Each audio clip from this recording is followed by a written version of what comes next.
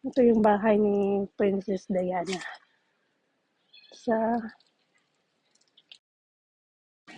Ang daming pila. Kailangan mo pumila para makapasok ka sa palasyo.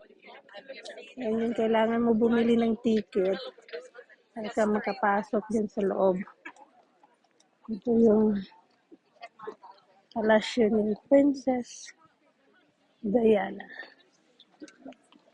Ayun, may mga tao sa loob.